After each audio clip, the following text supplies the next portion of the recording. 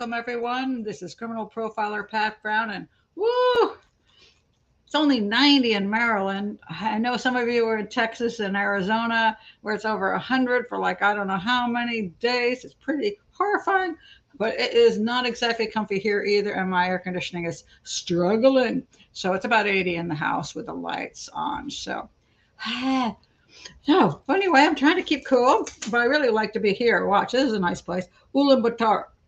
That's only 59 degrees, and they have a lovely rainstorm right now. I want to be there. How many know where Ulaanbaatar is? Anybody? Anybody familiar with where that's at? Because Annie's not here to, who knows, absolutely. And by the way, hi Allison, and hi Heidi, and Annika, and Molly, and Lisa S. And thank you for saying you can hear me, Lisa. And congrats to Gretchen, who has just passed. Aha, Christian says Mongolia. That's right, Mongolia. Annie and I and a number of other ladies went to Mongolia in July, which is the perfect time to go to Mongolia. We had a fabulous time. You don't want to go in January. No, you don't. But it's really nice in July. Wait a minute. Where's the comment on Gretchen? Gretchen said, which I think is cool, I got some great news. Found out on Tuesday that I passed the first year of my master's degree course. Congratulations, Gretchen. That's awesome. And let's see what else here. Oh, we got Heidi here, and Christiana's here. I might have said that. Benny's here. Lisa Ann is here. Carrie, what can't be here. We miss you. And yeah. Whew. Okay. Oh, we got the heat wave in the UK too. Seriously? Ooh. All right. It's just a toasty little summer. What can I say? So yeah. Anyway, this is a little more of this. I'm just like, I can feel like sweat just dripping down my face. So this is actually a Hangout 48, which is pretty cool, and all kinds of interesting things to talk about today. So, oh,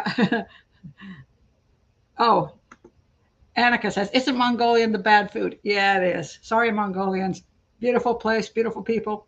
Food, not my favorite stuff. No, it isn't. Yeah, they just don't have much ability to grow too much there because it's freezing the majority of the year. So they have a rough time with farming, shall we say. So anyway, now I can cool down here.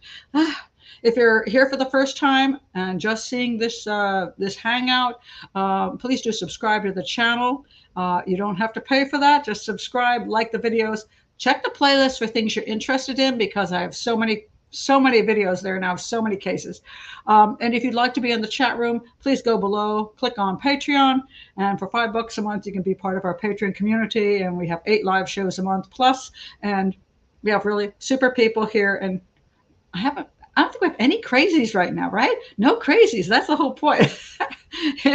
We have great people who are interested in what we're talking about, have great things to contribute, and are super friendly and nice. So, oh, that is unfortunate. We don't have, hi, Allison, we don't have AC in our homes in the UK.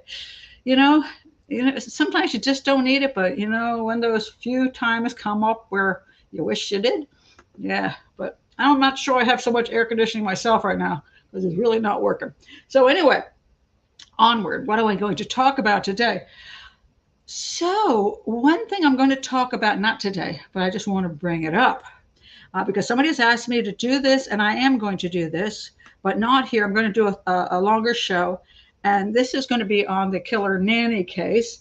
I don't know how many are familiar with this case. This is a UK case. No, I'm sorry. It's not a UK case. It's a US case, but a UK woman who, she was an au pair who came to work in Massachusetts in the US. And when she was being an au pair and a baby was in her care, apparently something happened to the baby and the baby died. And so she was charged with shaking the baby and dropping the baby and whacking the baby around.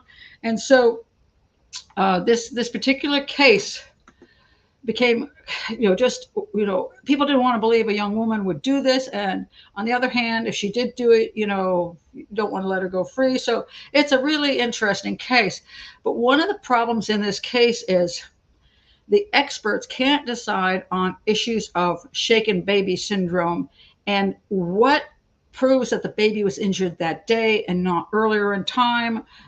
It gets very confusing, and that is how a lot of time baby killers get away with it.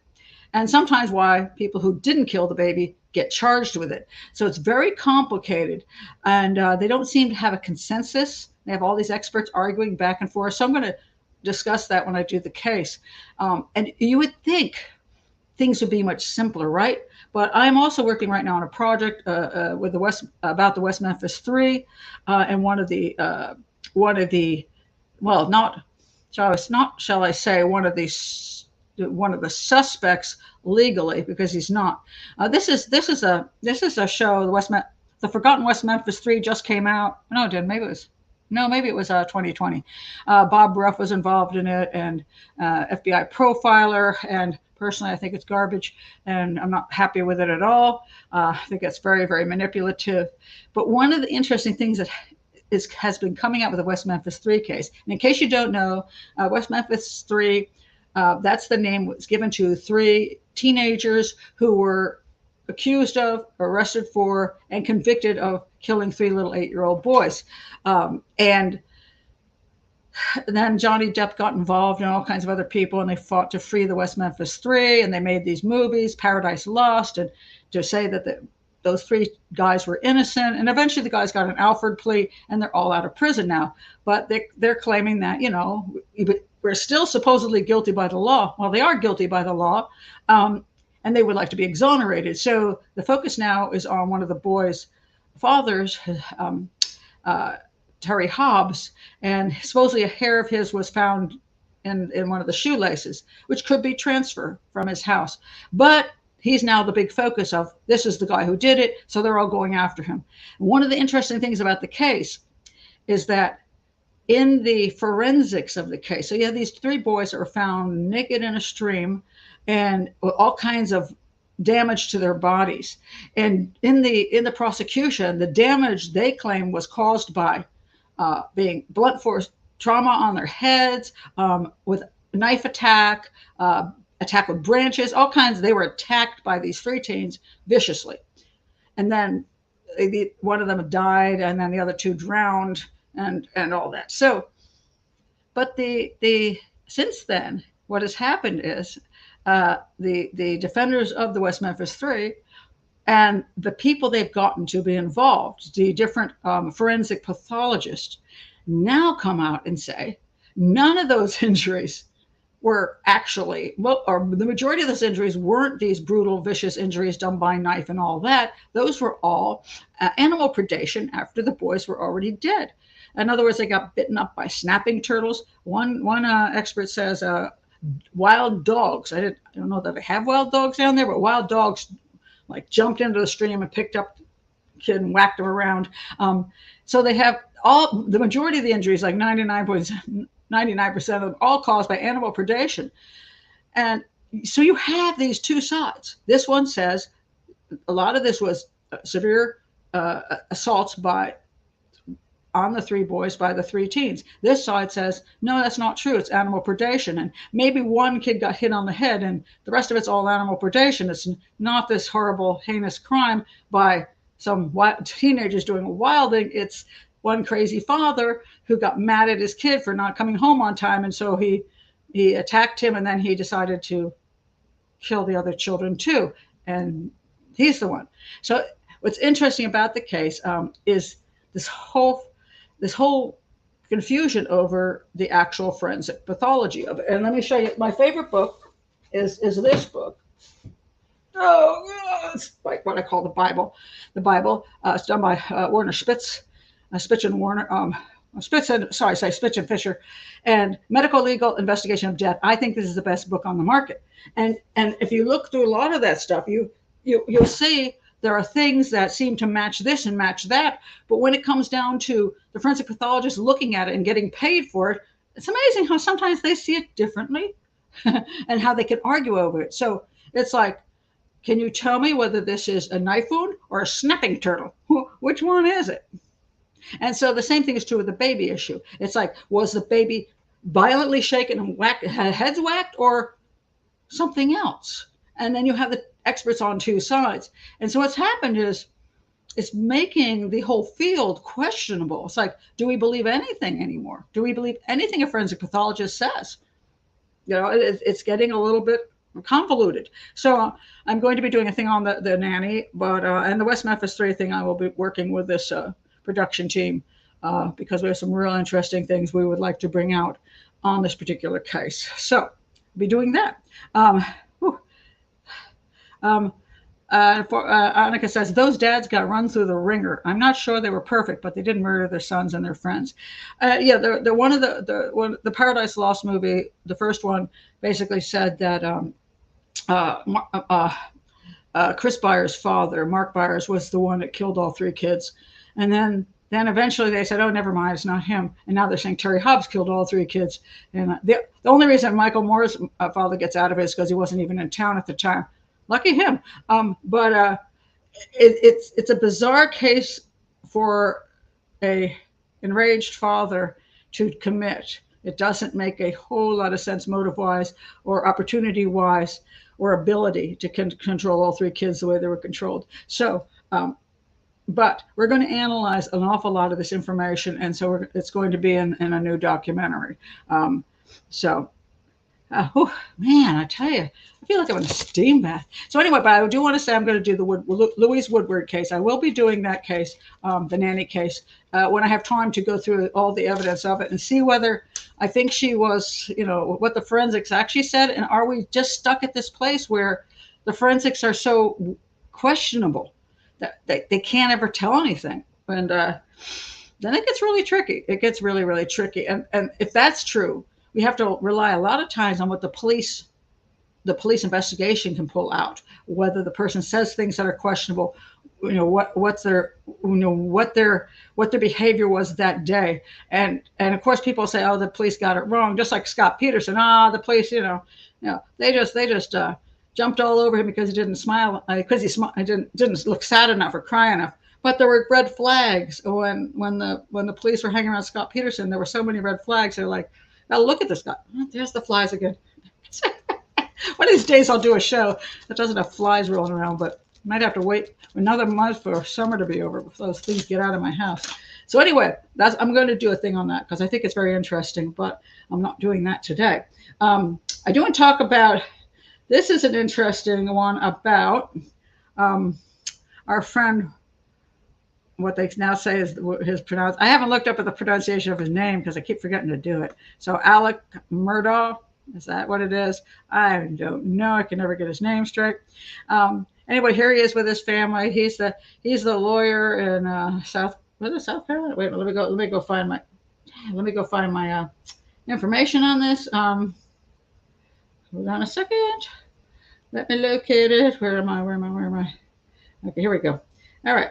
And there's a very interesting new thing that came out on this. So, South Carolina, yes, it was South Carolina. That's him and his family, and these are the 2 that I believe that's the wife, and I believe that's the kid who got knocked off at the same time as the wife.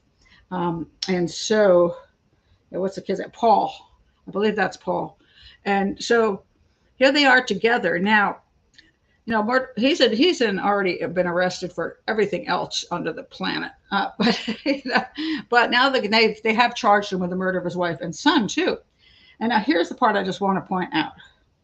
It says here, this is People Magazine. It says Alex. I'm going to say Alex just because everybody keeps telling me it's not Alex. Alex Murdaugh allegedly lured wife to cabin on night she was killed, and she texted friend. It seemed fishy. Okay.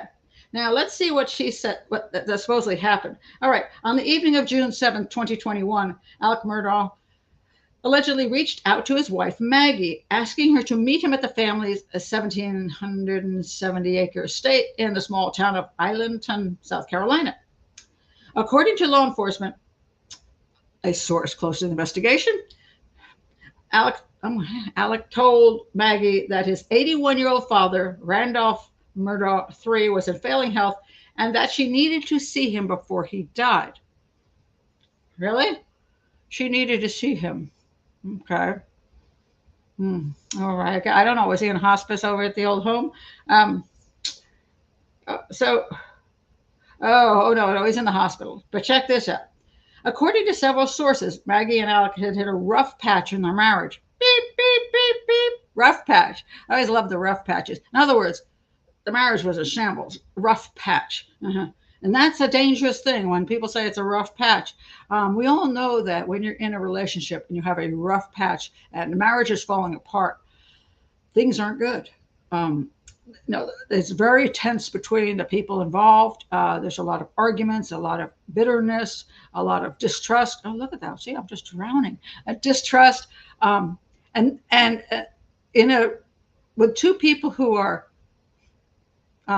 ethical, moral, and not psychopathic, you'll get through it. It won't be pleasant, but you get through it, and eventually the marriage, the partners separate, divorce, and maybe have even a civil time around their children.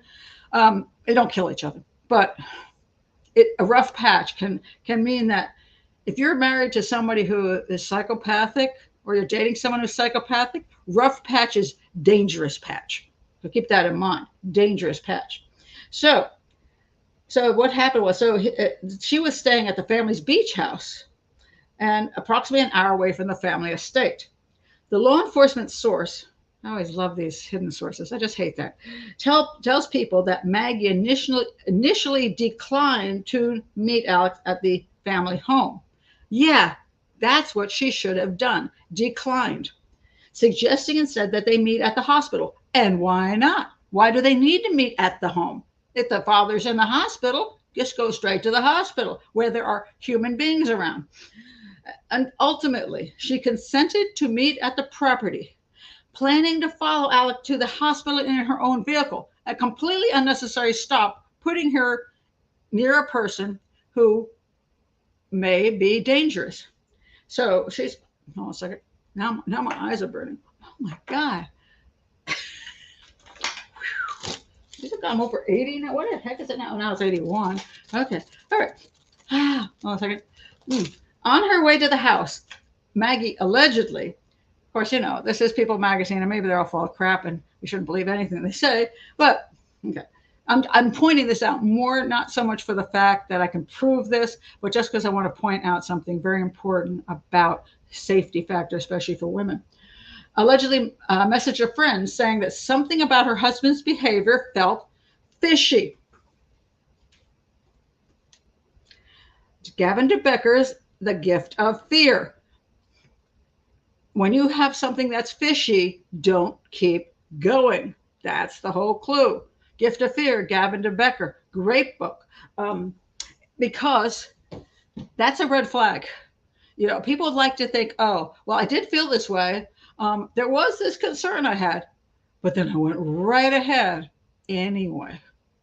So it's like, let's say you're walking down a street you're coming out of your work. You're walking down a street, and all of a sudden you see off to your right some suspicious guys right there, in the alley. And you say to yourself, those guys look scary. Keep walking right past them and wonder why you were dragged into the alley and raped and murdered. Because you saw the scary things, but you kept going anyway, thinking, A, I must be wrong, or B, I must be exaggerating, or I feel stupid because I don't want to accuse people of being criminals just because they're hanging in alleys at 1 a.m. That was your little beep, beep, beep warning. Don't go that way. Take that extra time to back up and find a safer thing to do. She could have just said, he's acting fishy. I'm not going to go see him. I'm going to go straight to the hospital because there's just something about I do not trust him, which is clearly what she's saying. So he's up to something. Yeah, he sure was. Maggie allegedly wrote to her friend. When Maggie arrived at the scene, she left her car running and walked to the dog kennels on the estate where her son Paul was taking photos of a dog he was watching for a friend. Really? Okay. I'm curious about the whole thing of Paul, too. It's like, how did she know he was taking photos of him, the doggy? Why was he taking doggies that he's watching for a friend? Was it to prove the dog was still alive? I don't know.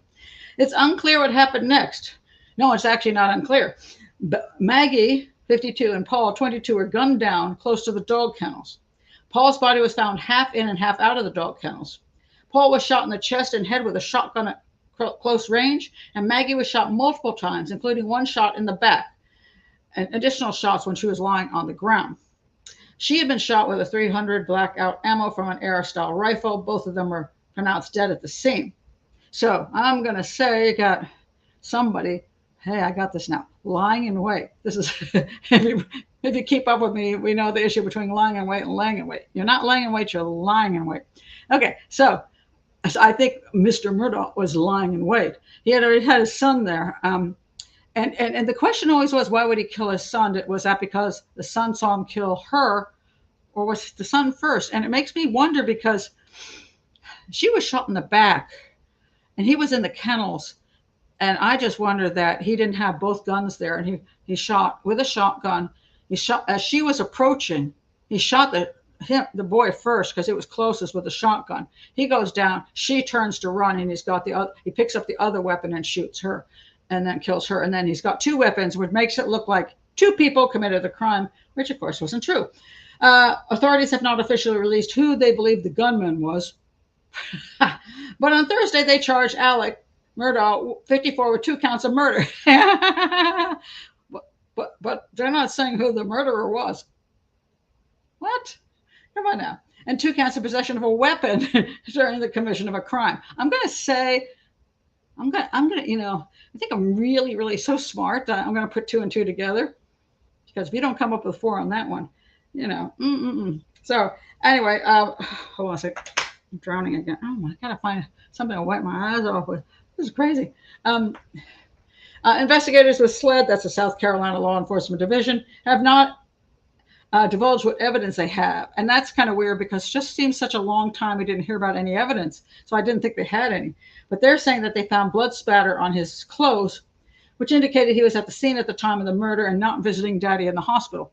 Because if you have blood spatter on your clothes, unless your daddy like aspirated some, wait a minute, which way is aspirated? Is it out?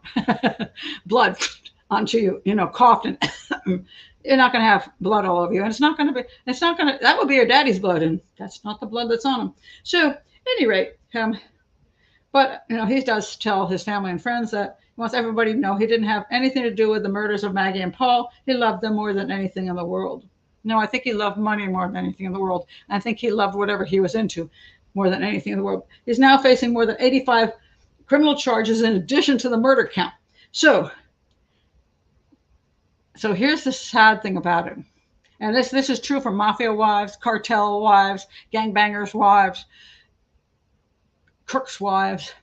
They're like living in they got a mansion. It's like a $5 million mansion, and they've got these security guards, like 10 of them with armed, all around their place. And they say, "I didn't know my husband was the head of the cartel." Sure you didn't.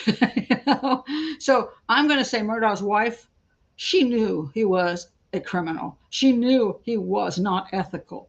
She knew he was a sleaze bag and a half. Problem is, I'm going to say she got a good life out of being with him. She got all the money and the enjoyment, the boats and the cars and the society life. She was okay with his criminal behavior until he turned it on her. So there's a little part of me that don't feel too sorry for her. I feel sorry for the kid, because he may really not have been aware of what kind of creep his father was, and split in time not to be taken out by him. So that's my thing on him. This is going to be like a forever thing. He would be lying if he claimed he was not laying in wait. No, yeah, but he's supposed to be lying in wait. I'm so confused about that. I'm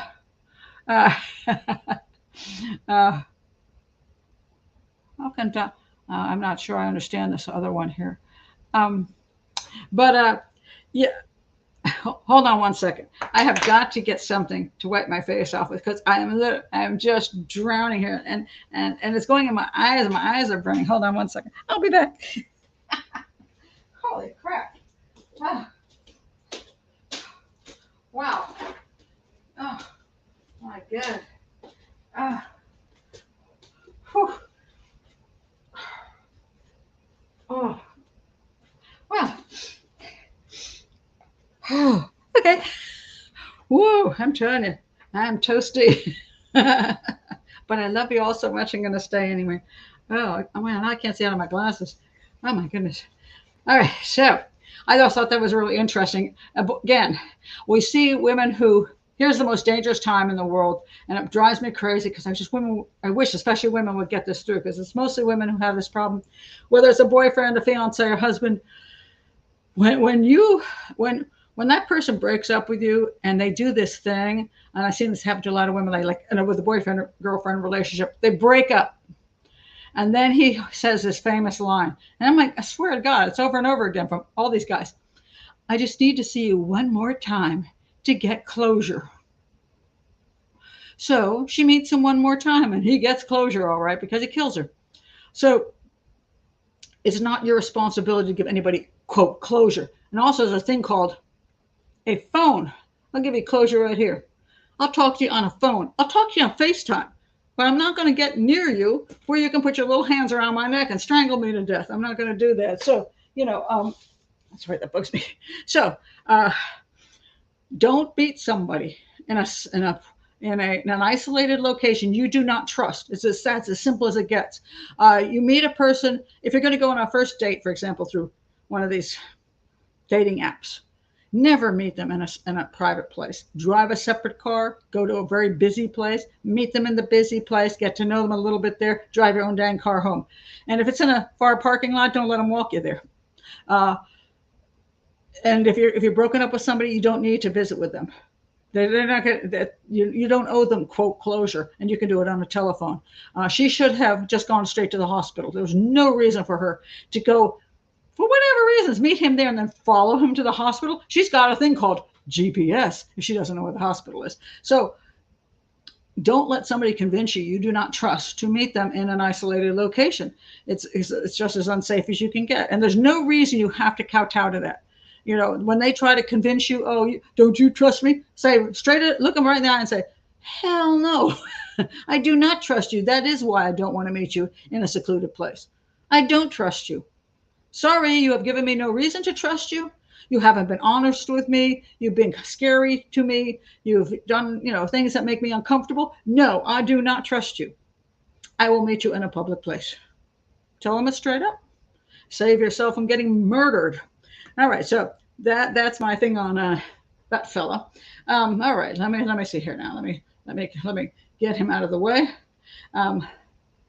This is speaking of things which I wonder what the whole story is here, and I do not know the whole story yet. But this is my Hangout, so I'm not, this isn't my case files where I've studied every single thing, and I have a lot to work with. By the way, in case you're wondering what I'm doing coming up on Saturday night, because I'm doing my show on Saturday night at 9 o'clock. It's going to be my Asia Oceania show. It's because of my birthday. It's actually Saturday night. So you all join me and bring some wine, and that'll be my birthday present to be with you guys. And then on Sunday, which is not my birthday, but a day after, my kids are getting together with me, taking me out, for the mom thing. And so I set aside Sunday. So on Saturday, I'm going to do, okay, what did I say I was going to do? It's the New Zealand case from way back when. I'm sorry, I don't have it in front of me, where a woman and her husband were murdered. They were farmers. They were murdered in their home, and their baby was left in the crib. And she wasn't found for like 5 days. She was still alive, amazingly enough. And eventually the neighbor got convicted of the crime, and he got convicted twice, but then eventually they exonerated him. Kind of like the first Innocence Project kind of thing, where the family got together and all that.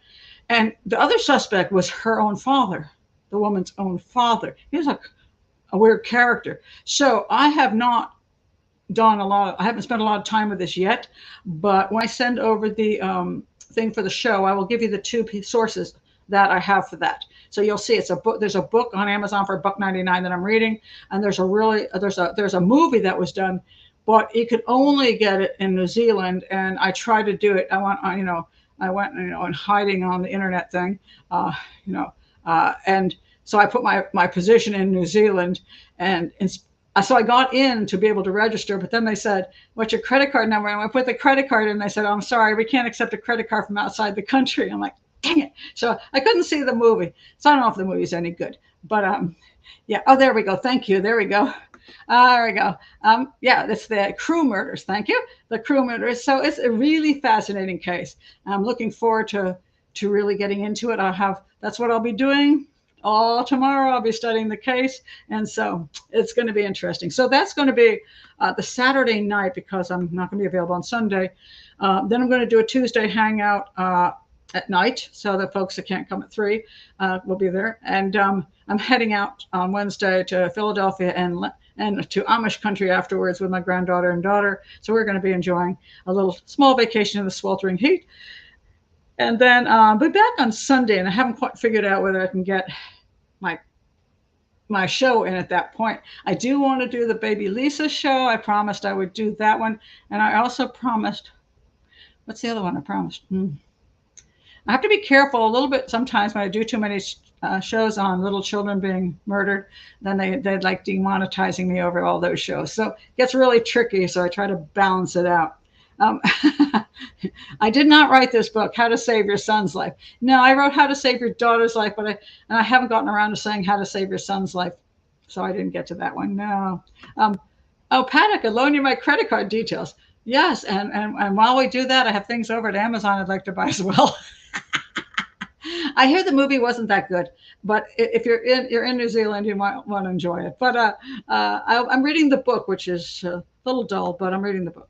So what was this?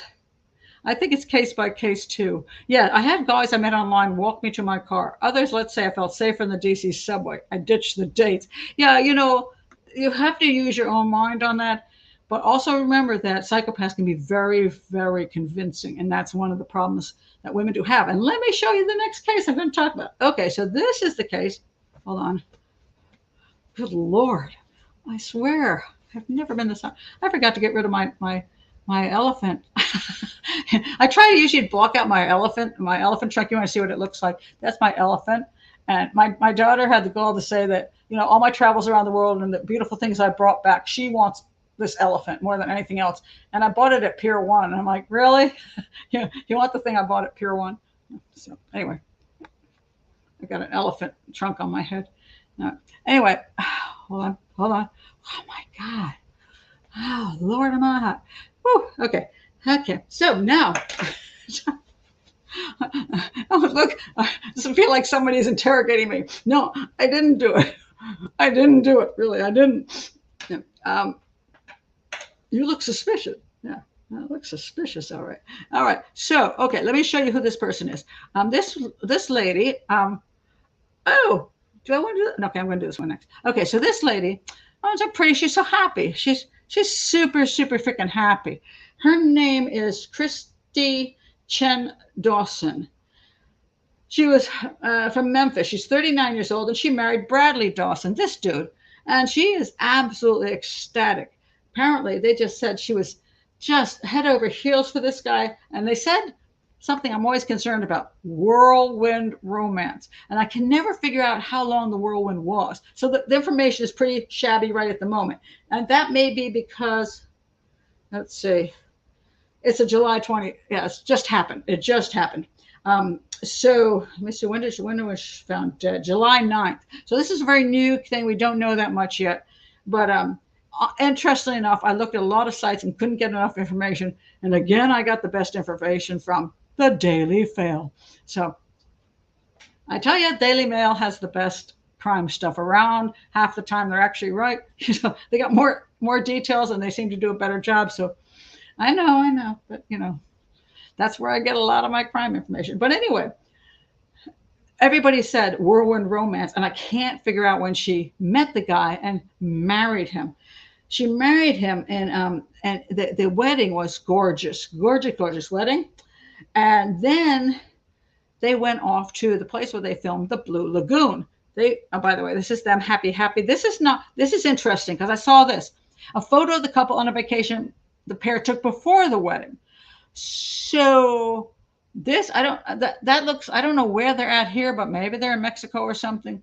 But I want to point out one of the concerning things for Christe Chen, who married Dawson, is that apparently she was an only child and she spent They said she took extravagant vacations with her mother. So I'm going to say either mommy had a lot of money, or she was also a pharmacist. She made good money, but I'm going to say mom had a lot of money, which makes her a target, does it not? And so even before the wedding, they're off vacationing. And I wonder on whose dime that was. They already had a charming house, which probably didn't call, it was small, but I just don't know, they had this charming house. I wonder if it was her house. I haven't been able to find that out. But then they get married in this lavish wedding, and then they go to Fiji, which is quite a long flight and a very expensive one, because I keep trying to go there and it's so expensive. And they're going to a place called the Blue Lagoon, which is where they shot that film, the Blue Lagoon. And do you know how much it cost a day to stay at that place? $2,000 a day. And it sounds great.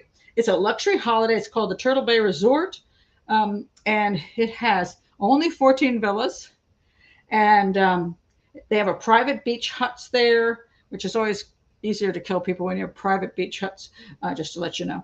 And they $2,000 a day, and you're staying there for a week, so you're paying $14,000 for the week, plus all the other things you probably spend money on, and the round trip ticket. So it's a honeymoon. It's an expensive honeymoon. Nothing wrong with that. But I wonder, she is a pharmacist, and it's even worse, $2,400 to $3,500 a night. Oh, okay. May have even been more than $20,000 they spent, maybe $30,000. All right. Ooh, I want to go there though, man. Check this out. Just for an aside, in case you have any money. Oh my goodness. When guests arrive at Fiji, they board a small seaplane for a short flight to the private Turtle Beach.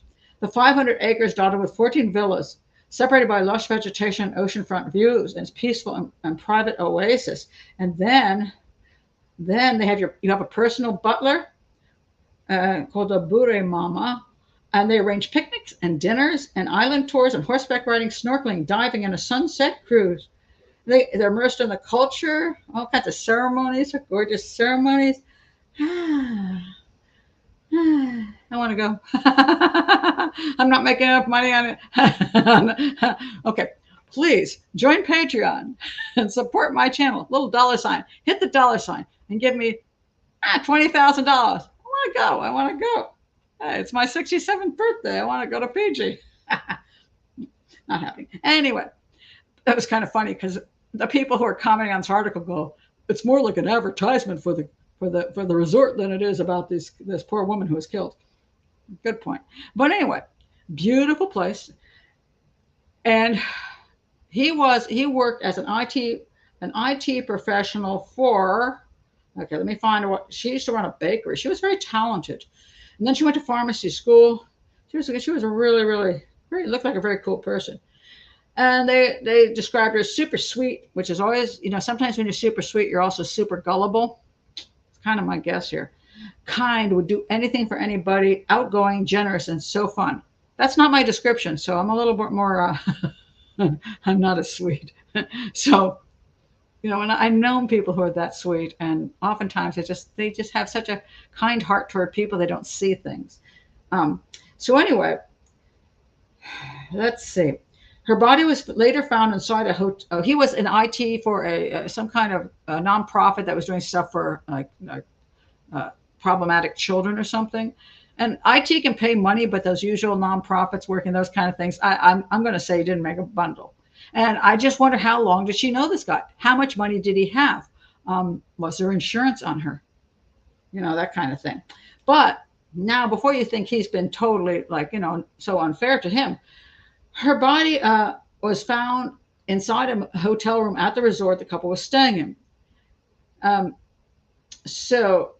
But the husband, Dawson, was nowhere to be found on the remote island, known for its pristine beaches, crystal blue green waters, palm trees, lush vegetation, and remote setting. More, please come to Fiji and to this resort.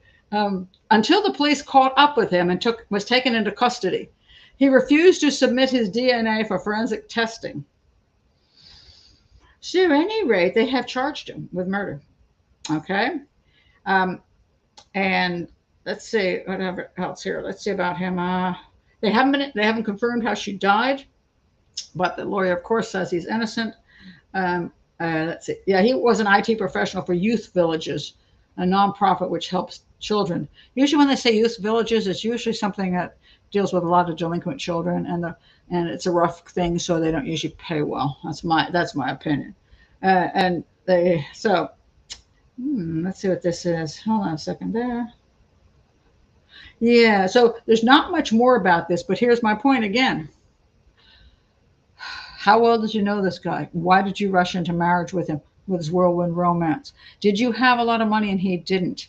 And, people like to think that, oh, I don't want to, just because I have money and he doesn't, I don't want to hold that against him. Well, that's fine.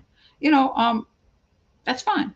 But understand that sometimes you having money is an attraction. It can be an acceptable attraction, because there are many people who are wealthy who marry people who are not as wealthy.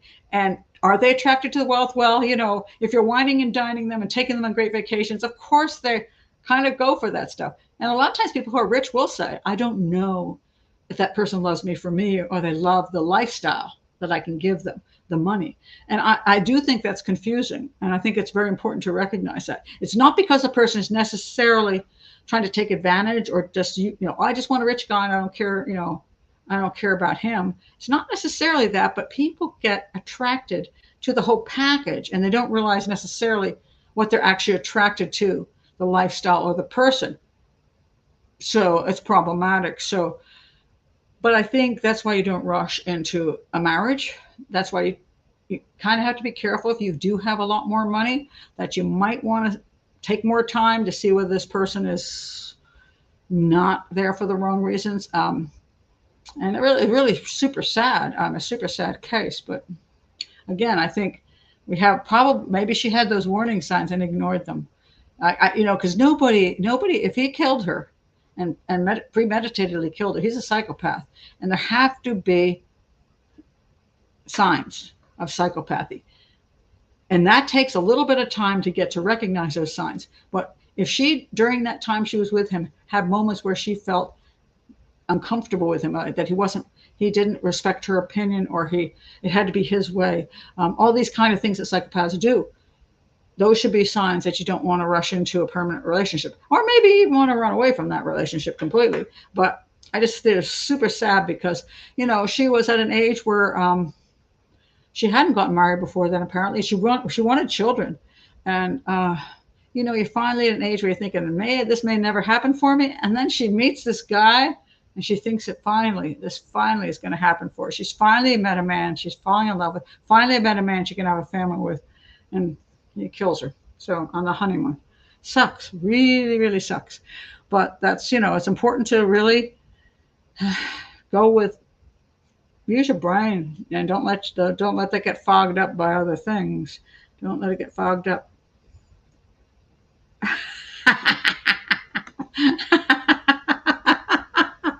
Betty says, I will do an Amber Heard here. I pledge to donate you $7 million to enable you to go to Fiji. Oh, thank you, Betty. I so appreciate it. I'm gonna start packing. Oh my God. Yes, I'll start packing. Let's see. Yeah, I think this is probably true. Yeah. It's charitable children's things, probably not making much. Whenever I hear the word village, we have one place called DC Village, and that's pretty much was a juvenile detention facility. And people who work there, give them credit for doing it, but they didn't get paid well. They did not get paid well. Wear a small towel around your neck. I'm sitting on a small towel, actually, because if I don't sit on a small towel, I'm going to stick to the bloody chair. On that note, okay. That's terrible. Sticking to the chair. So now I've got two cases of sticking to the chair. That was actually not a segue. It's actually accidental. But let me talk about the chair sticking things. All right. First, I want to talk this. This is a really horrible case. I was asked to do this case. This is the case of Lacey Fletcher. But before I go to Lacey Fletcher, I'm going to show you something. Another person got stuck in a chair. This is Lacey Fletcher. See this pretty girl? She was 36 years old at the time she died, and she was in that sofa, like sort of like her butt embedded in the sofa, and a lot of urine and feces, and it's pretty horrific. Her parents have been charged and convicted. Sorry, they weren't convicted. They've been charged with the crime of. I'll get into that in a minute. But before I do Lacey Fletcher, I just want to talk about. We were talking about how does this even happen? Okay. Let me read you just the basics of Lacey Fletcher, and then I'm going to read you about another story, which is not quite the same, but it's also one embedded in a chair. All right. So what happened was the autistic Louisiana woman, she was claimed to be autistic, died fused to a sofa in her own excrement, was last seen alive in public about 15 years ago, exercising outside her house. The close neighbor, Robert Blade, said he spotted Lacey Ellen Fletcher for the final time carrying small weights around the neighborhood when she might have been 21 years old. That's a long time not to be seen. Goes to show you how well our neighborhoods are like family, you know. The father of two told the Daily Mail, I always end up at the Daily Mail because they have more information than anyplace else, said he knew Lacey was just as a fun and normal kid before becoming more isolated from her neighborhood friends starting about age 14. And then supposedly she became more autistic and then disappeared sort of into her home. And now I'm going to get into the autism issue in a minute. Lacey then vanished from view in the small town of Slaughter, Louisiana, great name for her, the place she lives, and died in January, age 36, after secret horrific ordeal in which her emaciated and feces-smeared body wore a hole in the sofa on which she had stayed for 12 agonizing years. Parents Clay and Sheila Fletcher, that's these people. I mean, and they didn't look as scary as that when let me see if I can find a better picture of them. That's their mugshot thingy. So that's what they look like. They were more like happy-looking people at some point. They both faced life in jail without parole after being charged with second-degree murder following a grand jury review on Monday. All right. So they're church-going pillars of the community, were arrested hours after the decision. He was a retired welder, and sorry, ignore that part. Just if the neighbor asked why the heck you haven't seen the kid, right? And he said, how's she doing? Did she go to college? He goes, oh, no, she's still here. She's fine, which apparently she was not fine. And so they sort of accepted that. Now, it says here, it is believed her autism accelerated when she was around 14. Okay, this is her at 14. She is the girl up in the left back corner. There she is, happy. She's a part of a volleyball team at age 14. And then her autism accelerated, and she was homeschooled from the 9th grade. That she began to retreat into isolation as she grew into her teens. So then, by the time she was 14, they homeschooled her. So they say, and then of course she wasn't seen again until she was found in the chair. Before she disappeared, they said she appeared to be a happy girl. She liked fun things. I never knew there was anything wrong with her until she became a teenager. There seemed to be a change in her. From hanging out with lots of kids, she hardly ever saw any friends.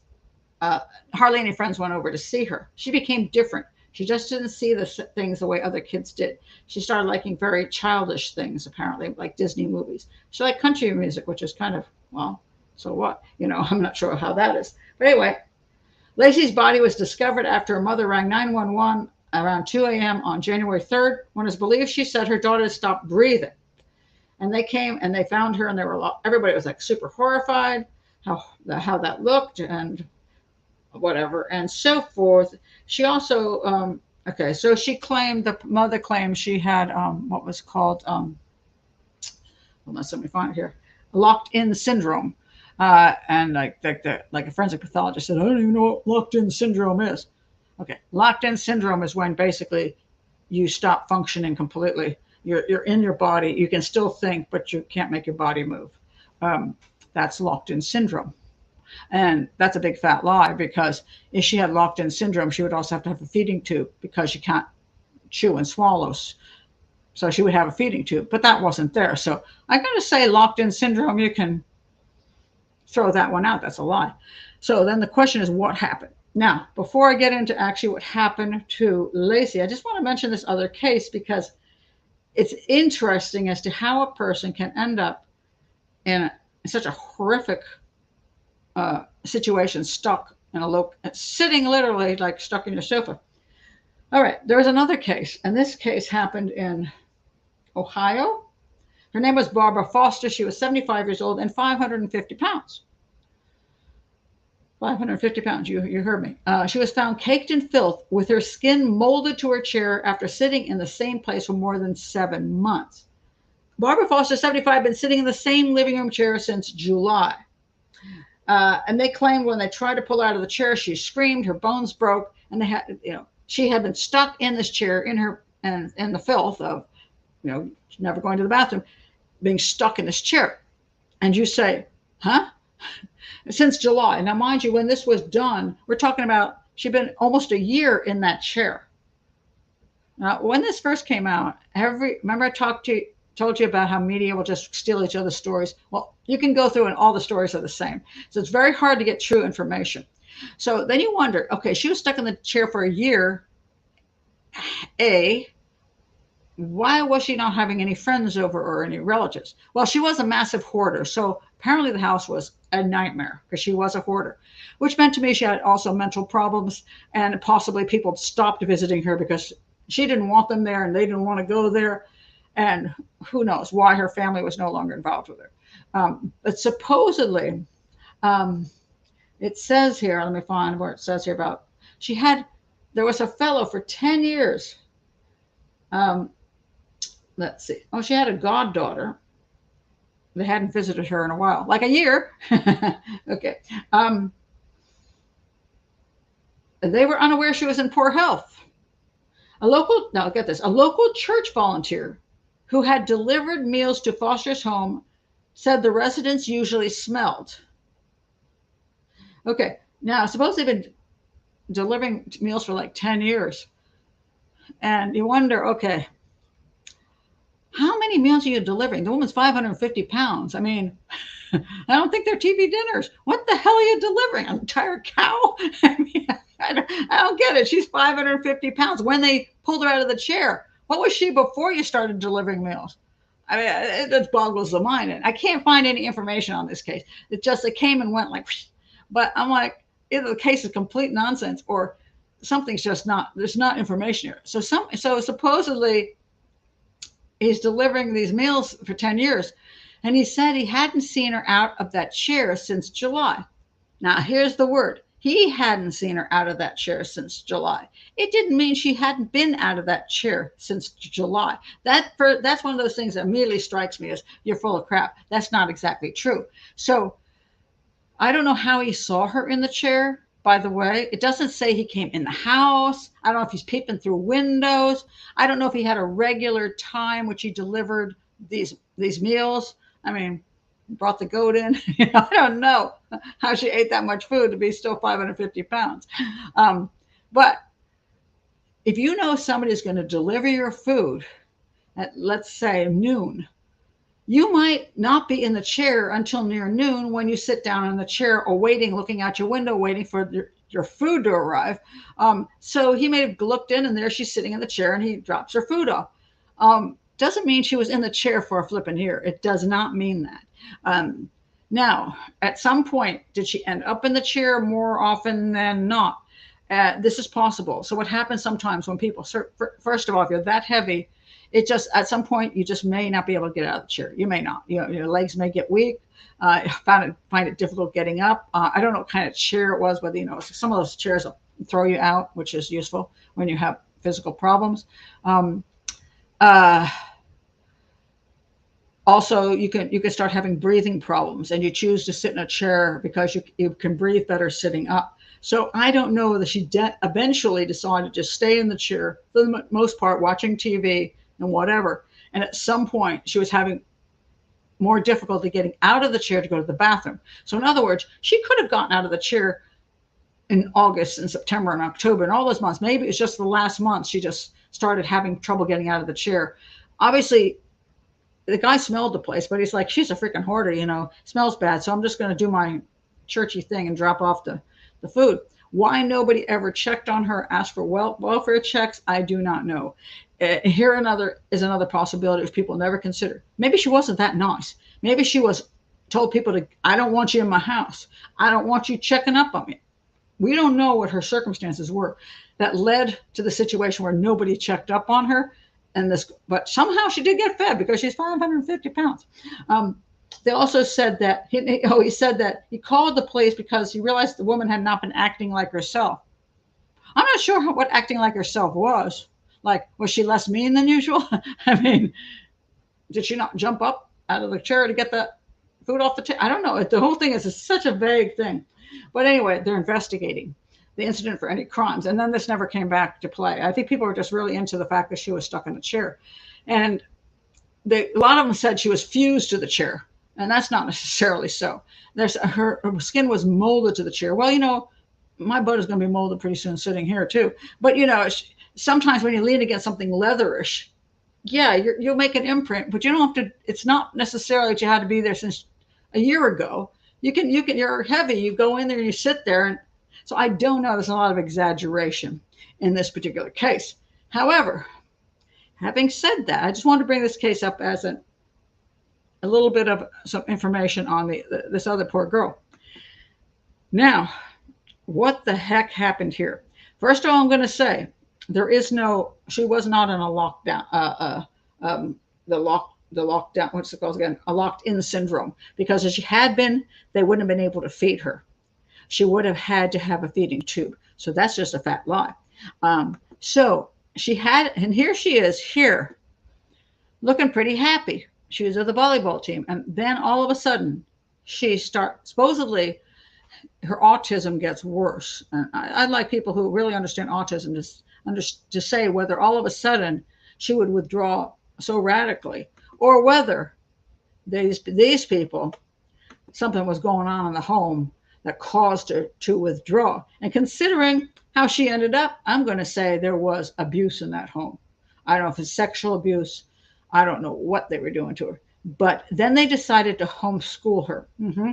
And now I am a homeschooler. So, some people go, oh, they're homeschooling because they're all criminals and they're doing horrible things to their kids. No, most of the time homeschoolers are great. But sometimes people, they're not really homeschooling. They're just removing the child from school so that nobody sees what they're doing to the child. That's what I think happened. They pulled her out because she was going to rat them out, or they were going to start seeing things about her body or something they're going to find out something about her, because the counselor's going to start talking to her, like, what's happening? Why are you withdrawing? What's going on? I think they pulled her out because something was happening to her. They were doing something to her. I don't think this case is unlike where you lock a person in the basement and you keep them in your own private little dungeon and you just abuse them. I think something really sick is going on here. The only other possibility is that sometimes when a family has a child who's highly handicapped, has severe emotional problems, they start losing patience. And if you've never dealt with that kind of thing, it can get exhausting. That's why you see sometimes elders be beaten by their caretakers, and it's because I'm not saying it's right for the caretakers to beat them, but man, it's exhausting. And when I used to work in the hospital, I've worked with people with Alzheimer's. My own mother had Alzheimer's, and it's exhausting. And it goes on and on day after day and drives people insane. So if you already have a little volatile as far as your anger goes and whatever, you can lose love for that person really quick, or even liking. And you start seeing that person as nothing but an annoyance. And then you start fighting back against that annoyance. So that's why abuse starts happening in those situations. And sometimes with children, when the child is not the child they wanted, that child has problems, there becomes an anger and a hatred of that child. And that child then becomes abused. Now, that child has not seen the doctor in forever. The child hasn't gone to a doctor in years. Now, I'm not big on doctors, and my kids do not go very often. I wasn't big on yearly checkups, so I'm a weirdo. But my children also didn't have any problems. If my child started having problems, then that child needs to have some kind of care. And if your child is, having all kinds of severe problems, and you don't take them to get help, there's probably a reason, because you don't want people to see what you're doing to that child. So I'm going to say that child was likely, very likely, not only neglected but abused, and they didn't actively kill her, but they just left her there to basically be their punching bag, for their disappointment in her or whatever they're doing to her. I don't know.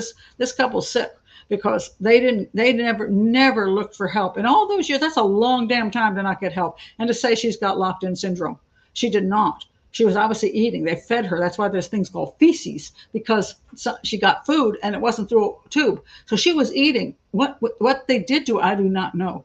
But I hope to find out, and I hope these people get some life sentences out of it, because that is hard to explain away why she was in that horrible situation, from the time she was a teenager till the time she was 36. It's just, that's quite sickening, absolutely sickening. Homeschooling to cover up. Yeah, she homeschool. I say homeschooling usually is because you just want to give your child good schooling, but yeah, she was doing okay. She was at a religious school, but she was doing okay. Correct. She was friendly with the children, despite not having all the services you would have at public school. But yes, they still have people there to talk to, and counselors and teachers to notice things are not quite right. Yeah, it's BS. Abuse. I entirely agree with that. I think it's horrific. But she's functioning well in spite of her diagnosis. Yes, this is also true, because when she was a teenager, she's playing volleyball and she's had friends, and then she started retreating into and I think what they were trying to indicate, she was retreating to a child's world. It's going from a teenager back to childhood, and you wonder why that is. It's because childhood is more comforting. Maybe because of what's happening to you. You just want to go play with your Disney princess doll. You just want to watch Disney movies which are happy. You just don't want to be in. I think the locked inness was more that she was retreating from the horrible people she was living with. Lisa says, Benny, I have a son who sounds similar. He functions okay, but will always be dependent on me. He can't live on his own or drive, but he's so sweet. I never lose patience. That's awesome. That is amazing. It's caretaking for anyone who is unable to take 100% care of themselves is a difficult job. And if you can do it, it's just wonderful. And the fact that you could, even if you have to care for somebody, a lot of times they have good things in their personality and they're loving, and that helps make it an easier thing to do. And this girl didn't sound like she was not a loving child. So I'm going to say she didn't have loving parents. That's quite frightening. Annika says, the special ed teams are usually very in tune with their student. And they often understand the issues better, not with everything, but they have years more experience than some parents. Yes. And, if you're a parent who starts having problems and can't handle something and it's not working, that's when you do go and say, I need help, because you want the best for your child. And if I can't provide the best for my child, I need somebody to help me with that. Whether it's a doctor for physical issues, or whether it's a mental health practitioner, or somebody who specializes in disabilities of some sort. To just ignore the child's needs is it's a very sad thing. It really is. And I know, having worked in the deaf community for so many years, many times I saw this with parents of deaf children. The deaf child is like, not there's so many wonderful parents of deaf children. And just to let you know, 90% of deaf children are born to hearing parents. So consequently, most every deaf child, except for 1 out of 10, has hearing parents. And the hearing parent, especially before all this stuff with the cochlear implants and stuff came in, the hearing parent was very distraught that this child would not be a hearing child. And so a lot of times they try to make that deaf child as hearing-like as possible by sending him to sending them to the public school, trying to force speech on them, not learning to sign, saying, no signing, we're not going to sign here. Sometimes very sad. Now, sometimes they did it because they thought it was really going to be beneficial for the child. But other times, they're just too lazy to learn how to sign. It was too much work, because that child was a lot of work in comparison to the other children. Of course, if they just learn how to sign, it wouldn't be as hard anymore. And the child would communicate and say, Mommy, I love you, and you say, oh, you want to eat something, and yeah, I want to eat. It's not that hard. And then you can start having communications and you can have some fun learning how to sign and meeting other parents and meeting other deaf people. Some parents of deaf children learn to sign and they become sign language interpreters. And then they got a new career out of it, So, there's all kinds of possibilities, but, if you're not looking for the well-being of your child, now sometimes you're just wrong-headed, but sometimes people just don't want to bother and they want the easy way out. So the child's needs just get pushed aside. And sometimes it becomes extremely extreme. So, Lisa says, it's so exhausting for some of the parents I know. One said recently, does the crying in the shower every morning ever stop? Oh, that is really sad. And, sometimes there's not enough support for parents. There really isn't. But it looked to me like in this case, I don't think the parents ever tried to get any support. That's what makes me suspicious. And I don't know. Yeah, she's a teenager. Things change when it changes. I would be looking into sex abuse in this particular case, because I just don't understand why this child changed so much, regressed so much, and the parents never sought one shred of help. So I'm going to say something's very fishy there. Very fishy. Oh, here's a Hoarders thing. Lisa S. says, I also watch Hoarders, Christiane. Unbelievably deep psychological problems. Fascinating to study in addition to psychopath and criminal profiling. Hoarding is a really weird thing. And, we all, to some extent, are hoarders. I mean, you wonder why in the U.S., I don't know about other places in the world, but, if you have to get a storage unit because you don't have enough room to put crap in your house, even though you have a 5-bedroom house, a basement, and a garage, you a hoarder. You may be putting something someplace else, but you're hoarding shit. And we have a really hard time because we have so much crap. We have so much excessive stuff that there's something odd about that, in the sense that having things gives people security. And instead of overwhelming them and making their lives uncomfortable, they feel secure by physically having things around them. One time when I was moving from my big house to my small house, I got rid of about 4/5 of my house, right? Because I had a large house. And what I did was I just put out a sign that said, everything is free. Everything here is free. I mean, I'd already taken out what I wanted. And I said, everything in the house, have at it. And they came like cockroaches, like roaches were just whoosh. And I'm seeing them excitedly grabbing crap right and left. I'm thinking, don't do it. Don't do it. Don't take it with you. I mean, you're just going to add to the mess in your life. You're just hoarding more stuff. And it didn't appear they really needed those things or had a use for them, but they were just so excited they were free. And it got the stuff out of my house, which was good. But I was like, you don't need this stuff, guys. But we have a hoarding problem in general with countries where we have money and we just buy and buy and buy. And Amazon has probably contributed to that. And we have houses that have, no availability in the closets, and there's too many knickknacks, and some people have boxes all over the floor. It just gets really bad. And then they have the storage unit. The garage is filled up, and then the attic's filled up, and then they buy a storage unit to put everything else in. And it's insane. And those are people who aren't considered hoarders, mind you. They're not even considered hoarders. They're just considered normal. But the hoarders are just one step more, that for whatever reasons, it gives them some kind of, it supports the fact that they exist. Every connection that they can get, even to a physical thing, means they exist. And a lot of times they do have trouble, many hoarders, with the outside world. So they bring the world into them, and then they have things they can touch and feel and are part of them, things that they can relate to, and whatever, even if it's magazines. 20 years of People magazines, it's their magazines. And it's a very, very unique situation in countries where we have a whole lot of stuff. So Hoarders is an interesting show. It is really very creepy. And, again, I wonder why. Yeah, because they were hiding things. That's why. Yeah. And hi, Christine, you're finally here. The internet's down. Okay, you'll have to watch later. Bye. All right. So,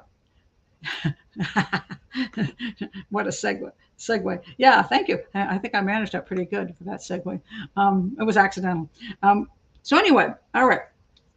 Now, that is the interesting thing about the chair. Huh, it's horrifying. Okay, now let's see. What was it? Oh, I want to talk about.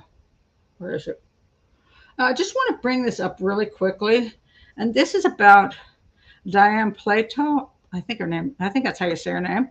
Um, where is she? Hold on a second. Where'd she go? Where'd she go? Where'd she go? Oh, there she is. Okay. She was in the show. Hold on a second. Let me get. Wait a minute. Hold on a sec. Let me pull the comment off my screen. I forget to do these things sometimes. Oh, I can get. Okay, there we go. Okay. Now, she was from. Okay. Different Strokes, and she's the girl on the right bottom. And she was a child actress, and then she turned into a pretty adult, and then she had some issues, and then she ended up, with a record because she's got drug issues. The reason I bring this up is because I was talking about Marilyn Monroe last time, and all the conspiracy theories around Marilyn Monroe, and I just want to bring up that. Again, Hollywood's a rough place. The ego issues, the stress of it, the bugs on your forehead. So lovely. Okay. And because there's so much drug issues going on in Hollywood, so much access, especially with money, people get into that, and they take amphetamines to get the energy to do all the shows. And also amphetamines give people, it gives them, when people take amphetamines, they get empowered. It gives a person a feeling of power, and they're not so worried about what people think, and they feel really strong and like they can do anything. That's why people like cocaine and meth and all that. So to do the schedules that people do and to constantly be on the screen and being filmed all the time takes a lot of, you have to have a lot of strength to do that and a lot of belief in yourself. And if you don't, you take pills or snort something, and then you go on and you can do it, but then you can't sleep. So you got to take, barbiturates in order to go to sleep, and you get involved. You have the money to get involved in all kinds of drugs, and then you start meeting the people who are drug users, and just all goes downhill from there. And you get to become a person who is dependent on drugs to survive in life. And so let me just say what happened here. So she was having troubles in her career eventually, because that's the way it goes. Toward really sad. Sometimes when people get to be adults, they're just not as popular as adults as they were as child actors and actresses.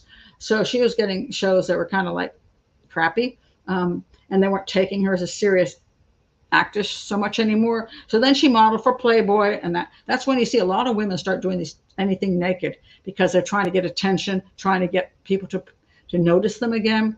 And so she did these kind of crappy movies, and so let's see here. Yeah, she did a whole bunch of things that just weren't too great. Toward the end of her career, she chose roles that were erotic. She appeared nude in Prime Suspect and in Compelling Evidence and softcore erotic drama. Different Strokes, the story of Jack and Jill. Oh, that's sad. That's really super, super sad. Oh, my goodness. And so then one of her last works was Desperation Boulevard in 1998, in which she appears as herself and which appears to be based on her life, which just didn't seem like a very happy life. So anyway, as time went on, the drug issues became more and more troublesome to her. She got this one. Oh, Lord. Yeah. What in the heck? Okay, so after her mother died, things went badly. Then she had a romance that ended, didn't go well. Lord, all kinds of terrible things. Eventually, she ended up engaged to her manager, Robert Menchaca, and she lived in a motorhome with him. And that's where she died, was in that motorhome. And there are people who believe that her fiance killed her. This is where she ended up being dead outside her fiance's parents' house in Oklahoma. So anyway, but get what kind of condition she was in. So this is what I try to point out about Marilyn Monroe and many other people that musicians, stars who end up dead, and people say, "Oh, I believe they were murdered. They didn't overdose. They didn't commit suicide." Their lives are so screwed up sometimes in ways that we can't even imagine. On February 28, 1991, Plato entered a video store and produced a pellet gun and demanded the money in the cash register. The clerk called 911 and said, "I've just been robbed by the girl who played Kimberly on Different Strokes." Can you imagine that? You guys do like, aren't you Kimberly of Different? I mean, can you imagine? Approximately 50 minutes after the robbery, Plato returned to the scene, which wasn't too bright, and was immediately arrested. She had stolen $164. Wayne Newton, the entertainer Wayne Newton, posted her $13,000 bail, and she was given 5 years probation. And now she became the subject of troubled child stars, right? Then she was arrested for a second time in 1992 for forging a prescription for diazepam. She served 30 days in jail for violating the terms of her probation, and not prohibition, probation. That was prohibition, probation, and immediately entered into a drug rehabilitation program. She later moved to Las Vegas, where she struggled with poverty and unemployment. And when you can't make it in the movies, here's the problem. You know, I really want people to understand this. This is so difficult. So let's say I decide I need to earn a living and I'm not doing television anymore and my books aren't selling and I need to just get a regular job. Not sign language interpreting, medical sign language interpreting, which pays very well. But let's say that whole field's down, which it actually is, by the way. And I decide I'm going to go get a job at Walmart. And I walk in there and they say, "Let me see your resume." And they're like, "Oh, I see. You were a television commentator, an author, you're a criminal profiler, but you like to work here at the register." Is anybody going to hire me for that? Of course not. Because A, I have no training because I've never worked in that. And Mary, who's worked in retail for a really long time, she's 35 years old, 40 years old. She's fabulous at it. They can hire Mary, who really wants the job and has qualifications, or they can hire me and think she's just going to be here as short a period as she can before she can get the hell out of here. As soon as she can get a gig, she's going to be gone. So there goes that fly. So poor Plato here, I think that's how you pronounce her name. I'm not sure. What's her real name? Anyway, so she couldn't get a job because after all, she's a star or was a star. But that's, you know, her resume does not have useful things on it to get hired in regular work for people thinking this is, you know, why would I hire her? So she was having problems with that. So she is suffering from poverty and unemployment. Of course, a lot of her money was going into drugs, obviously. At one point, she worked at a dry cleaning store. And people liked her. So she did manage to get at least a job doing that. May 7th, 1999, the day before she died, she appeared on the Howard Stern show, which is something, if you have a slightly fragile ego, you really don't want to go on Howard Stern.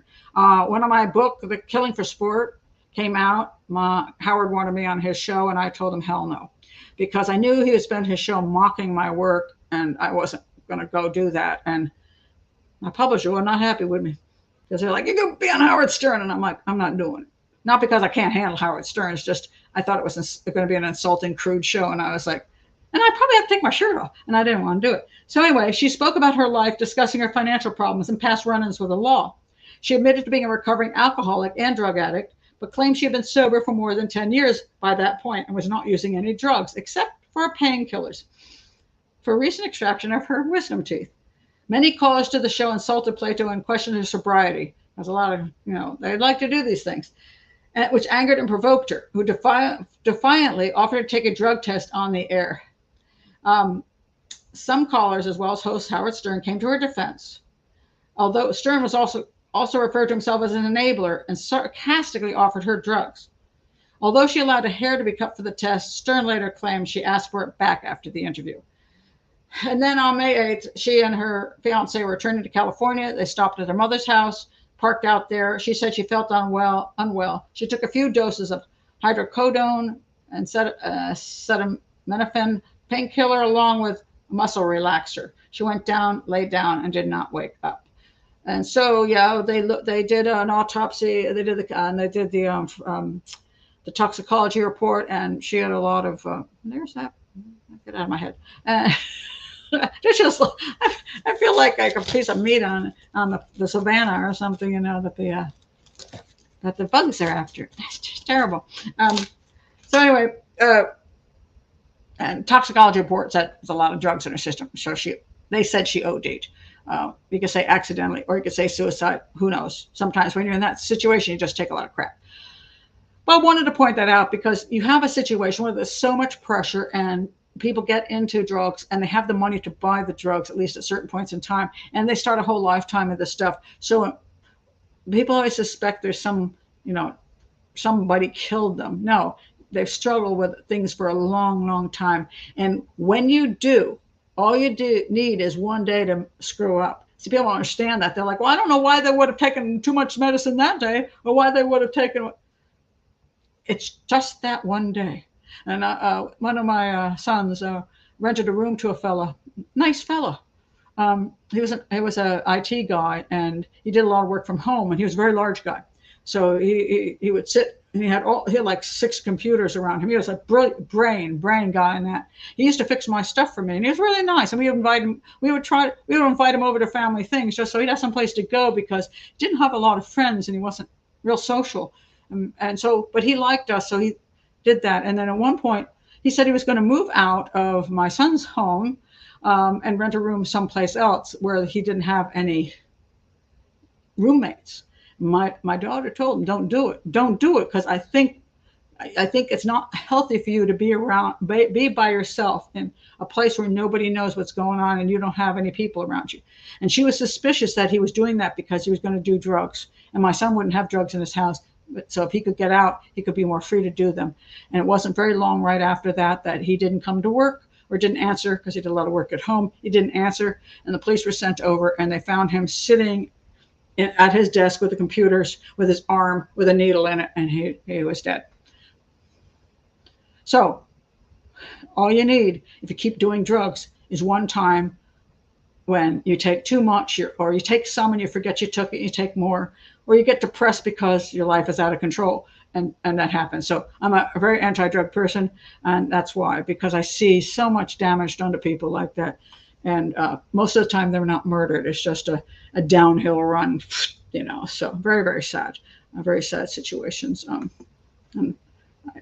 Really sad.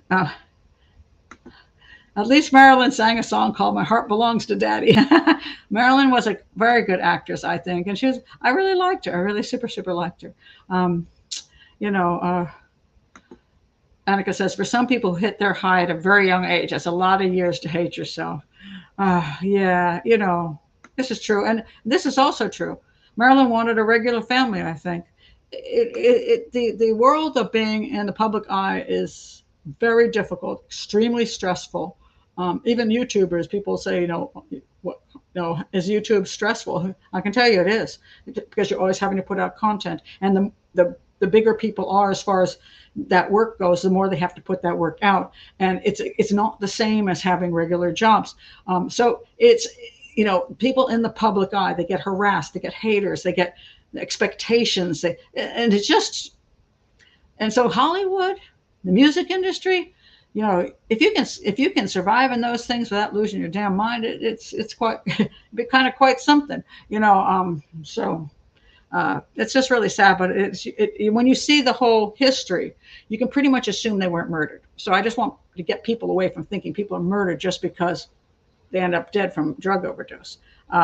So that to me is very important. Oh, I hear the rains have come, which is good. Maybe it'll cool down and I won't be sweating so much. And just on that note, just because, and I know this is probably something I should never wade into, but because I'm talking about drugs, I just feel like wading into it. Anyway, a very interesting thing has happened, and that is that we're having more and more new laws about marijuana.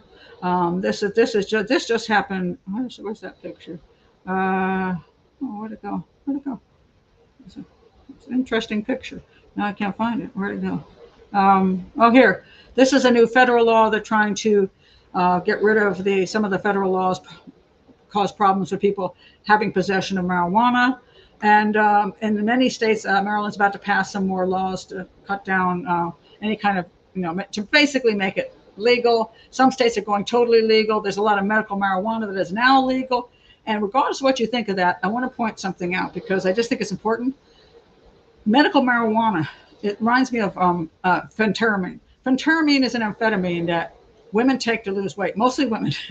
And they have these little places that are these diet clinics. And see, you can't give out phentermine unless you're a doctor. But the diet clinic is a doctor who only sees you for 1 minute, takes your blood pressure, and he gives you a shitload of amphetamines. And you can go by those places. You can see a line of women outside, and they just go in like this. That doctor's a crook. He's like a drug dealer in the corner. He just hands out amphetamines. Doesn't matter if women are going to have heart attacks, increase their blood pressure.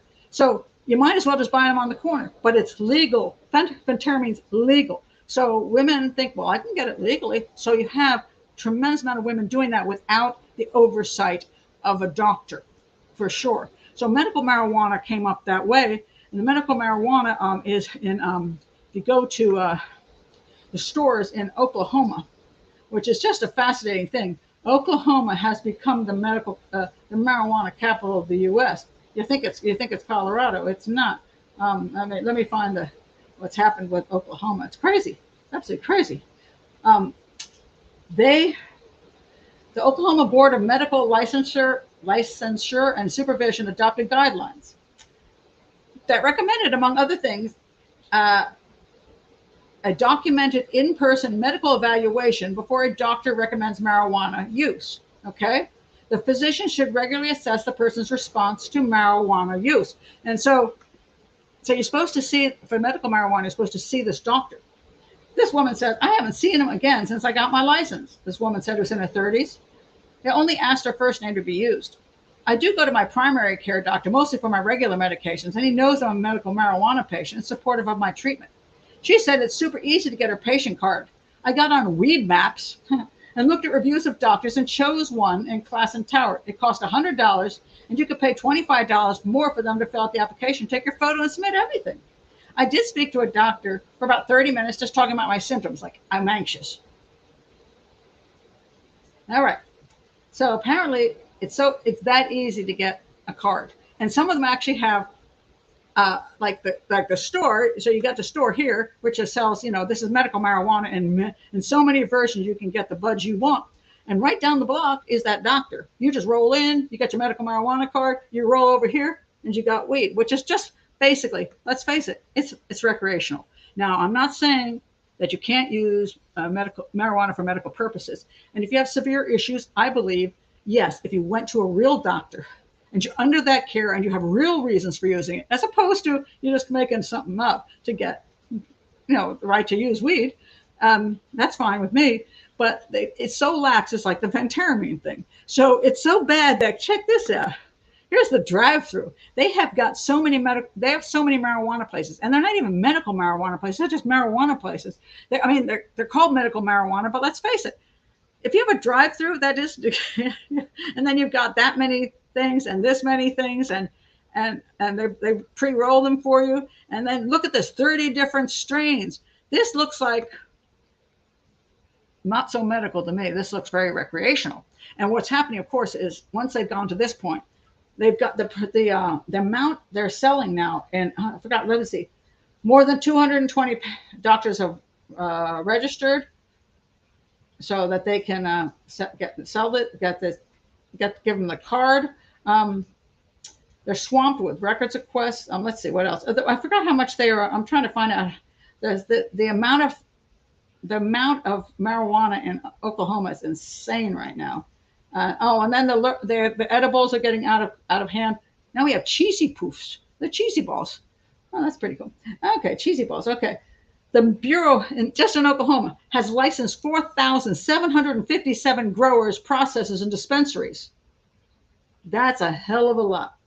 The market could accelerate further. Efforts are underway to gather signatures for state questions on recreational adult use marijuana. And this is where it's going to go. I was in D.C. with my daughter just yesterday. We were having a little sushi. And afterwards, we saw this cool little Zen rock garden. It's right between some office buildings, right in the middle of D.C. And we walk in there and you can smell weed immediately. And you see people just sitting there rolling paper, rolling weed. And like, this isn't a public place, and there are children here. Nobody cared. And a security guard came down and actually chatted with us. He said, yeah, they do this all the time. There's not a thing I can do about it. And then we went out of there, and then we're walking down the street, and there's a guy with a spliff hanging out of his mouth. And I'm like, It gets just everywhere, everywhere. So the problem I have with this is, I know a lot of people think it's not as harmful as alcohol, and well, we already have alcohol here, but the compounding of that with the massive problem we're having with the growing of marijuana, the strength of the marijuana is so strong now compared to what it used to be when I was 20. Now the marijuana and the methodology of the edibles is so overwhelming, and younger teenagers are using it, and kids are getting a hold of it, and we don't know yet the effects it has on the brain. Whoa, that was a thunderstorm. It's a loud one there. We don't know the effects on the brain of teenagers. It's connected to, there's a theory, and I believe it has an impact on development of schizophrenia. There's a whole bunch of things we don't know that are going to happen when this permeates the neighborhood. And even right here in Maryland, I can drive down the street and I see big green shop that sells weed, and then I see these, get your medical thing on the corners, and it's just nuts. And I just wonder where it's going to go. I'm not going to say where it's going to go and what you think about it. I know a lot of people are happy about it because they want to smoke weed, but I am concerned. And I'm just going to say that right now. I'm concerned about this excessive amount of marijuana being promoted into the regular neighborhoods around our children who are going to start smoking it much younger and much more. It's so available. When I was growing up, I never even saw it, and I wouldn't want to break the law, so I wouldn't have. A teenager, I wouldn't have touched it. I'd be afraid to go to jail.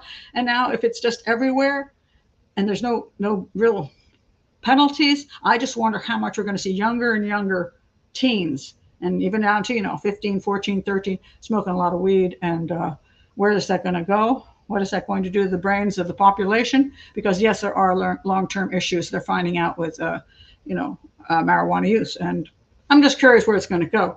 And so I'm not making a political statement here. I'm just saying I just see this, and I wonder whether it's going to get really out of hand and what it's going to do in general. So I just find that interesting.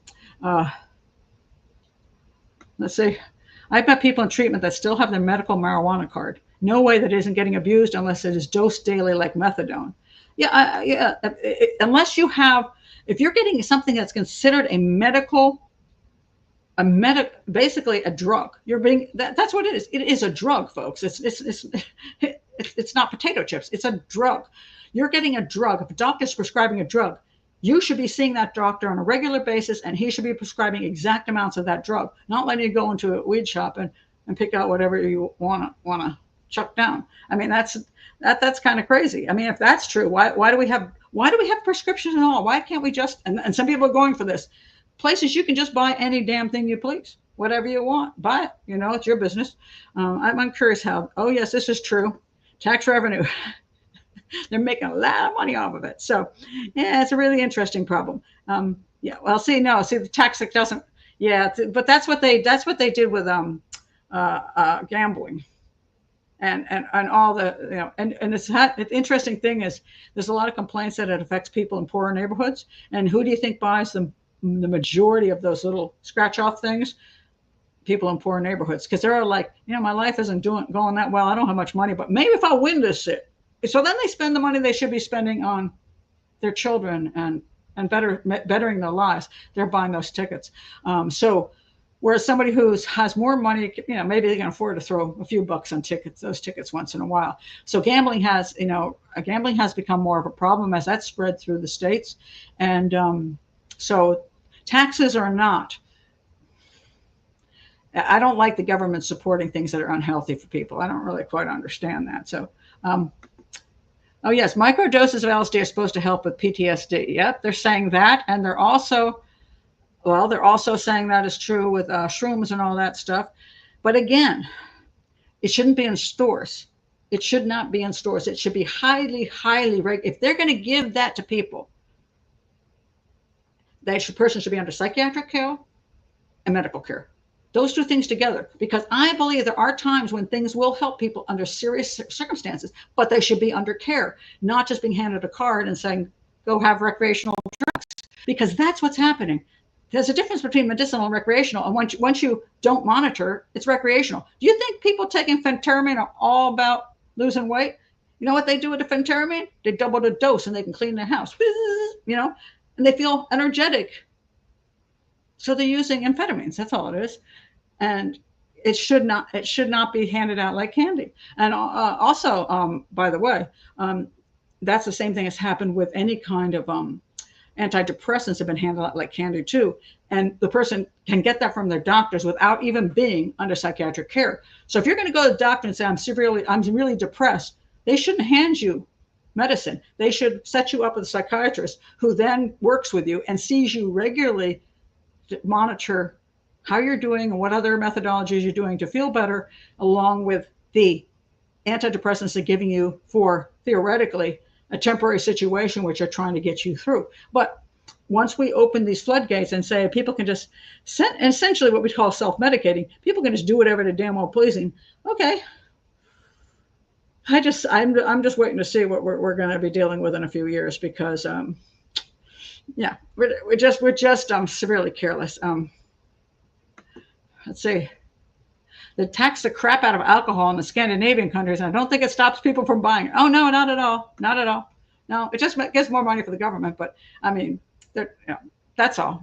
It's just some extra money filtered in, but yeah, it doesn't stop you, and so that's not it. The higher the price, the theoretically less people can afford it. But as you have more and more competition, the prices will drop. So that will be an issue. So, yeah. I like Tuborg beer, just to let you know, Benny. Tuborg.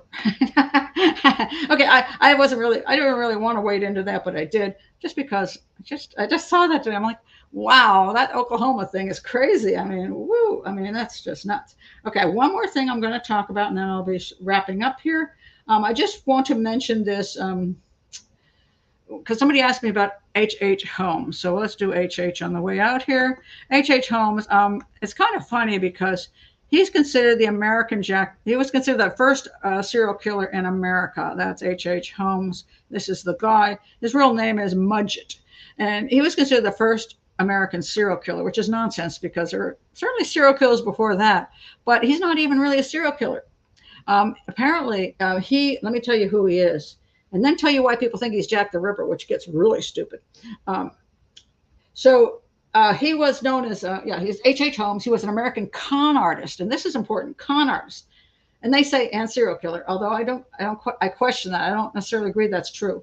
And mind you, I want to say that there was a book written called Devil in the White City. It was a great book, real fun to read. It talks about the Chicago World's Fair, and then Holmes, it goes back and forth, and how Holmes had this hotel and he lured women into it who are coming there to be at the World's Fair. And I kind of bought everything that was in the book. So I did a show on a documentary, and I can't find it on the net. I have it someplace in CD. And I basically bought that he killed lots of women in this murder hotel, because that's what the book was about, and that's what everybody said.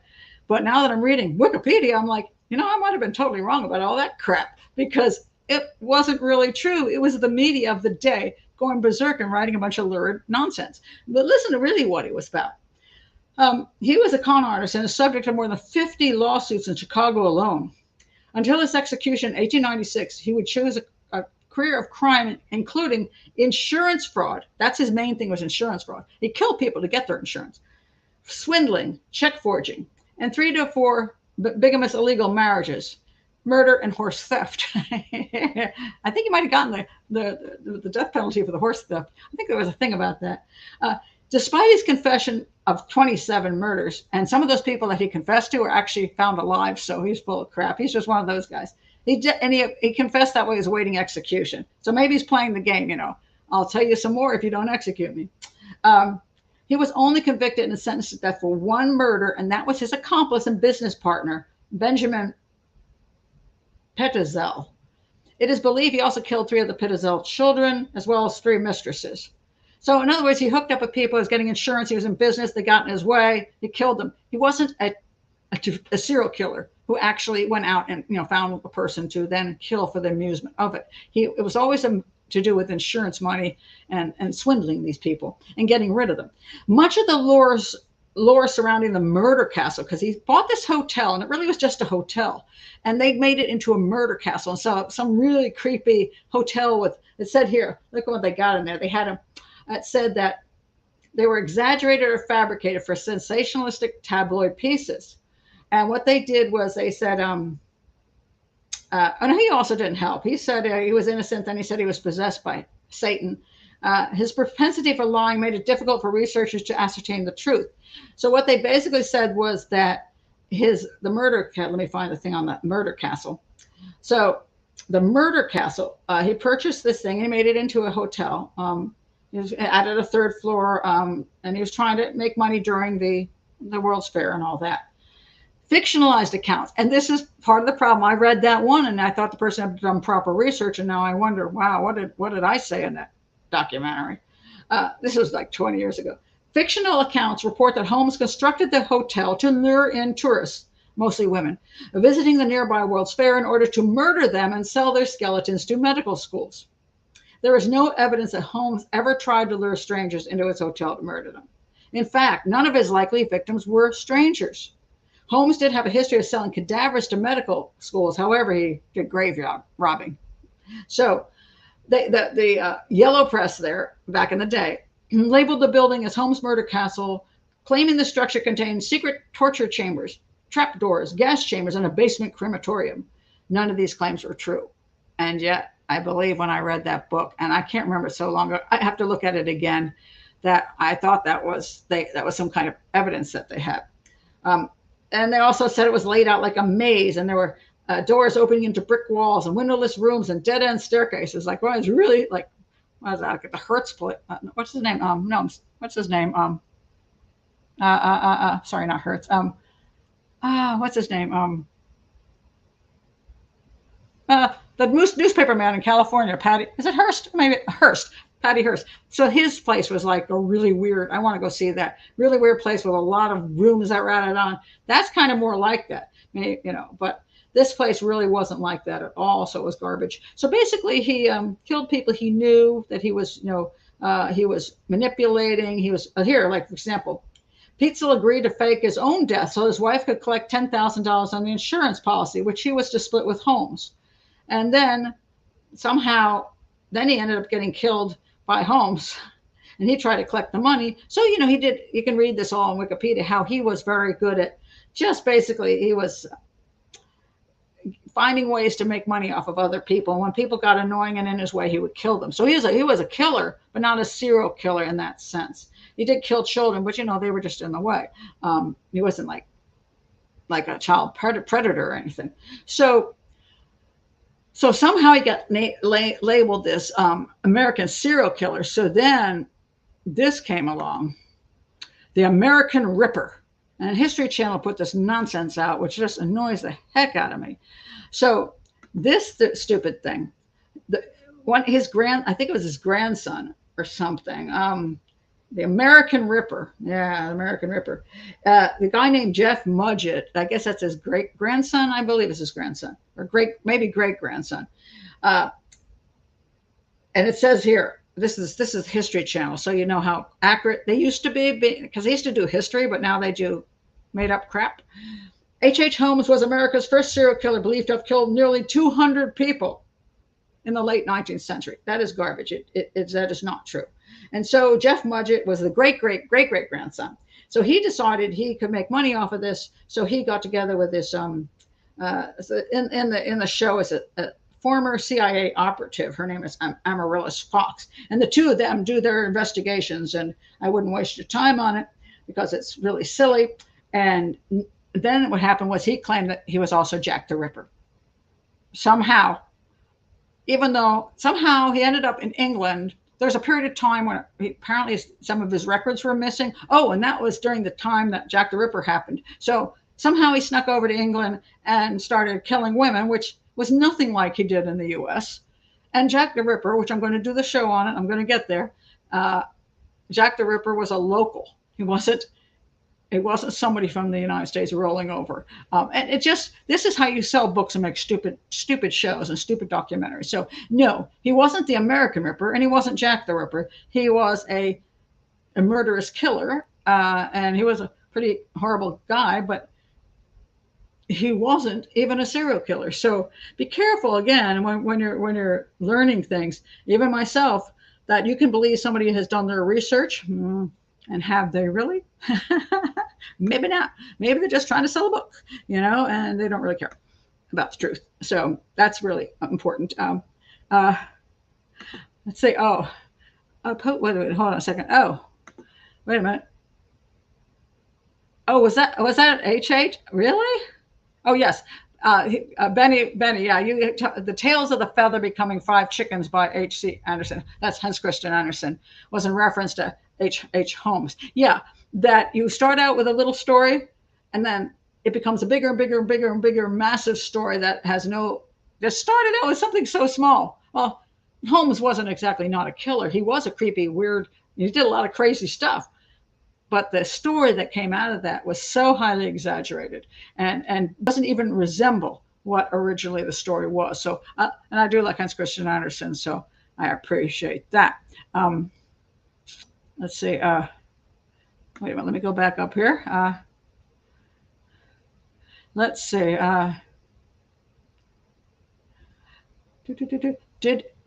Did Jack the Ripper gain anything monetary? Oh, this is a good point, Anarchy. Gain anything monetarily from the women he violently murdered? No, exactly. H.H. Holmes was totally into the money. And Jack the Ripper took nothing from them. Right, that's correct. Random trivia. He smelled so bad his nickname was Schmegma. Right? I don't know if that's true, but that's an interesting commentary. Oh. He also hid his bodies or sold them for dollars. Yeah, because he was a grave robber, and hey, if he killed somebody, he can make some. If he could just make money, he really liked making money, that dude. And then he liked to parlay it into more money. So that he wasn't very hygienic. Well, in the day, and also you're near the stockyards of Chicago, so maybe you could get away with it. What a character, so many interests. Renaissance criminal. He was. It's a very fascinating case. I will do a show on H.H. Holmes one day because he is like your all around criminal creep but his mind was always working, coming up with another idea how to bamboozle somebody, how to lure somebody, and then kill them for whatever he wanted from them. And he's a fascinating character. There's no question about it. And it took him a long time to catch up with him, but I could not get through his case. If you're talking about H.H. Holmes, it's pretty unpleasant. Yes, okay, I already went there. Yes, let's see. The Winchester House. Oh yeah, that's the Hearst House. The Winchester. It's not Hertz like the car rental company. It's Hearst, William Hearst, the newspaper man, and Patty Hearst. The Winchester House. I do want to see that. Yeah, I want to go there too. So I don't know why I haven't made it there. Yeah. He sounds like a real Hannibal Lecter. Not really. Hannibal Lecter, first of all, is a ridiculous sort of. He was supposed to be a serial killer, but I'm sorry. I have no respect for that whole thing. I mean, I just hate it. It's just not. It's not accurate to any serial killers at all. It's nonsense. Yeah, I guess it's a good fiction.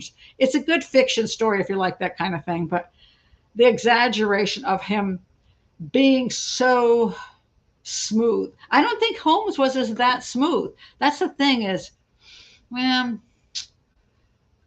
I think it's more a case of if you find the right people who will fall for your crap, you can get away with doing a lot of sleazy things and those people wanted money too. So he's kind of like, hooking up with other criminal elements. So, so maybe a little Hannibal Lecter. I just hate the show. So.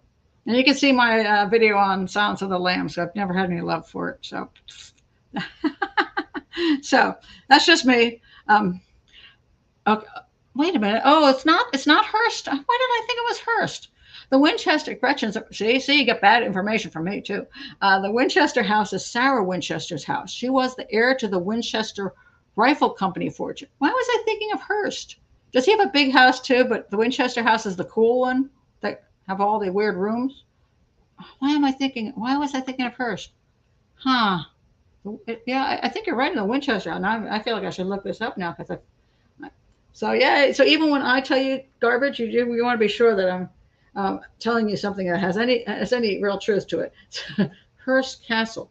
Okay, I want to see the Hearst Castle. You can take tours of that too. It's a fabulous estate. Okay, the Hearst Castle. Okay, let's. I'm curious what the difference is. Was here's weird or not weird? Visiting the Hearst Castle. Yada yada yada yada. Um, oh, that's just super fancy. Whoa. Oh, I guess it's not a weird house. The Hearst Castle is just a beautiful castle. I mean, a beautiful, huge, monstrous house. Okay, so it's not a weirdo house. It's the Winchester house. It's the weirdo house. I'm sorry, I conflated the two of them. The Winchester Castle. Yeah, that's definitely it. Because that was the weird place. It says, let's see, where's the stuff about the weird stuff? I don't see the weird stuff in here either. I thought the Winchester one was. Wait a minute, am I looking in the wrong place? Oh no, I'm over in England. Sorry, I clicked on the wrong thing. It's not a castle, it's a Winchester house. Sorry. Winchester Mystery House. Okay, it took me forever to find the damn thing. Okay. Oh, there it is. Okay. Oh, I definitely want to see that one. That's so cool. That's this one. Yeah, look at that cool thing. Ah, that's a weird, interesting house.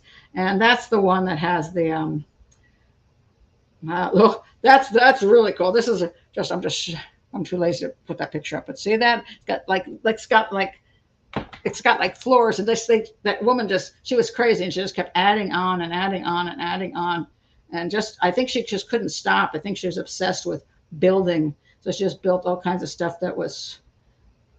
Oh, it went nowhere. Rooms that went nowhere, halls that went nowhere. Fascinating place. I definitely want to see that. Oh, you've been there. Oh, you've been to the Winchester House. How was it? Super cool. No air conditioning though, so don't go in the summertime. All right, I'll have to remember that. So, yeah, she kept building and building. So she had a lot of money to keep building. So yeah, so the Hearst, what they call the Hearst Castle, is just a gorgeous, gorgeous, huge home of William Hearst, the publisher. And then Winchester House is the crazy house. So thank you for clearing that up before the end of the show. So, I don't have to write that write it in the comments, and then people say, I'm right. So anyway, I think I covered all my things for today that I picked out. I don't think I've left anything out. I think that was it. I'm just checking back. Nope, hold on a second.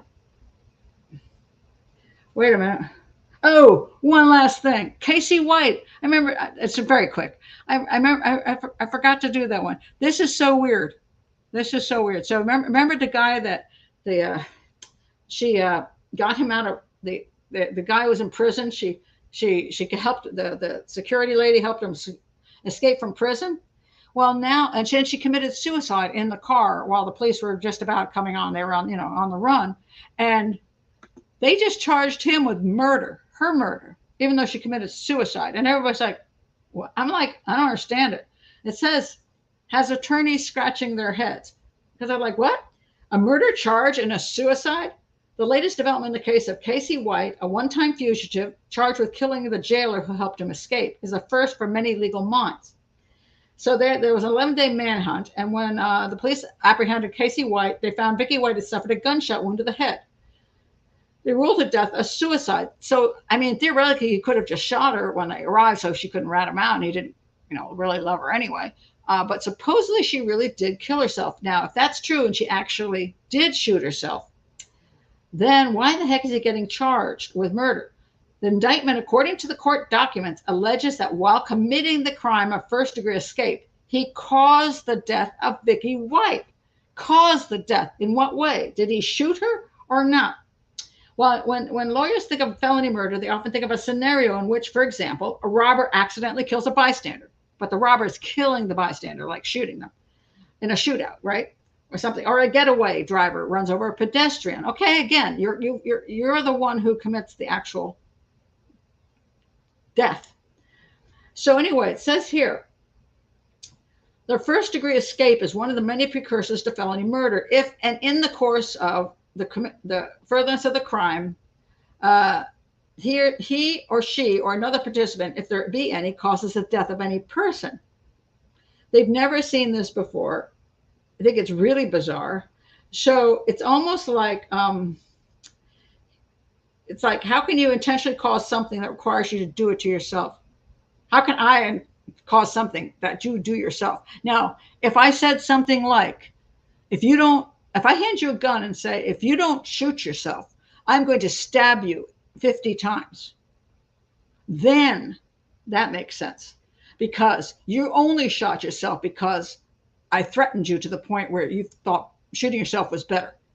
So you didn't really commit suicide. You were forced to kill yourself. That's different. If she committed suicide, I don't see how he should be charged with that. It's almost like they're trying to say that she's innocent in all of this, right? Like, for example, he forced her to take him out of the prison, and he forced her to go on the run with him, and he forced her to have sex with him, and he forced her to do all this stuff. And then when they were about to get caught, or he was about to get caught, she was too embarrassed, so she shot herself. I could go with that one. I could go with murder on that. But this woman planned it. This woman planned the whole damn thing. She broke the law all the way through. She was not a victim in this. She was the one who got him out, the one who provided the guns and provided everything. How the heck? That's insane. I mean, she was committing a crime. She killed herself in the commission of a crime. I don't see how you charge him with murder on that. That's really bizarre. I have no.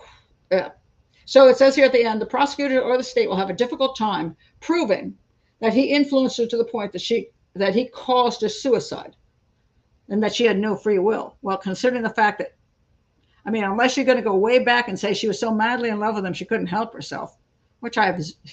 Sorry, I don't have any respect for that garbage. No, she couldn't help herself because she was an emotional woman and she fell in love and she did everything he said, and then she killed herself. So it's all his fault. I'm not going with that. Well, I just thought that was such a strange thing. That is so weird. What is this? The Conrad Roy case. Conrad Roy. I don't know who is the Conrad Roy case. I've never even heard of it. Just throwing it in here just so I don't forget it. Conrad Roy. Wait a minute, hold on. I got it typed properly. What the heck? Conrad Roy. Who is Conrad Roy? Death of Conrad Roy, teenager, died by suicide at 18. Okay, I'll check that one out. I will. I know a lot of suicides now. They're claiming if you encourage a person to commit suicide, that you have a legal. You can legally be charged with aiding and abetting, or even, somehow you're caused them to do it. That gets really tricky, and I think it's gotten more popular because somehow we're taking away an individual's own agency and saying that if somebody else somehow convinces you to do something, then they are responsible for, they're responsible, not you. And I still have to say what part of it, is your responsibility. Who do you hang out with? When people say, oh, he just got, hooked up with the wrong people. Well, he didn't just get hooked up. He hooked himself up with the wrong people. So sometimes we do have our own part to play in it. So when does it become another person's, even if they say nasty things to you, bully you and say you're ugly, you're so ugly you shouldn't live on the face of the earth anymore? Where is our responsibility for getting involved with these people that do this to us, for hanging out with them, or for going on social media and not closing down our Facebook pages, or making other choices other than to allow them to do that? Where is our responsibility? So it gets really tricky, but I'll check into that case and see how much he, what happened in that case. I don't know anything about that. Michelle Carter causing his death. I do not know that. It gets very, very tricky.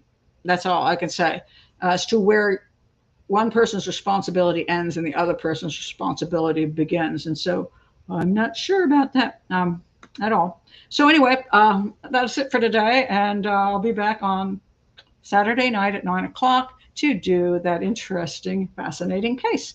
I hope you will be there. And on Tuesday at 7 p.m. will be my next hangout right before I take off in the morning for my small vacation in the heat. But hoping it's going to be a fun vacation. So again, everybody, thank you for being here. You're all great as usual. And if you're new to this channel, please do subscribe, like, and click on Patreon and join Patreon and be around these great people here, because they're worth being around. So anyway, see you next time.